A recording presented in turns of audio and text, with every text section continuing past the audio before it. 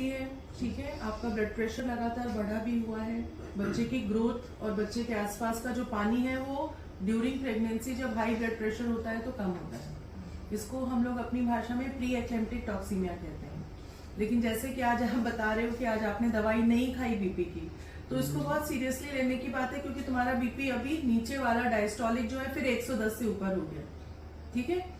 इसको हल्के में नहीं लेना है। ये नॉर्मल ब्लड प्रेशर वाली चीजें नहीं चल रही है। ये ड्यूरिंग प्रेगनेंसी में जो बीपी बढ़ रहा है वो वाली चीजें हैं।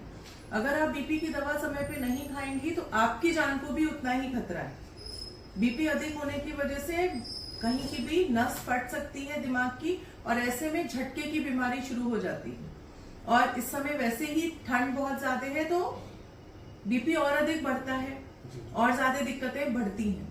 तो ये बात आपको बिल्कुल ध्यान रखनी है कि जितनी मैंने ब्लड प्रेशर की आपको कम करने की दवा दी है, एक भी गोली का नागा नहीं होना चाहिए, और लगातार आपको बीपी मेजर करते रहना है।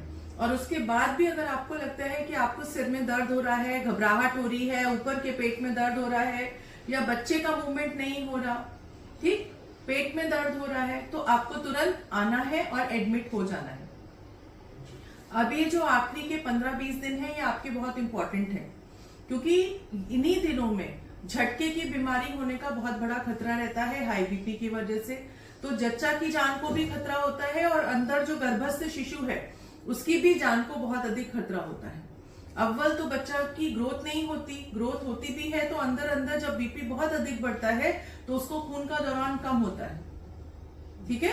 तो इसको बिल्कुल भी हल्के में नहीं लेना है। गर्भावस्था के दौरान जो बीपी बढ़ता है वो एक सीरियस कंडीशन को दे सकता है, जिसको हम लोग एक्लेम्शिया कहते हैं, जिसमें मरीज को बहुत तेज तेज झटके आने शुरू होते हैं। बात समझ रहे हैं आप लोग? जी।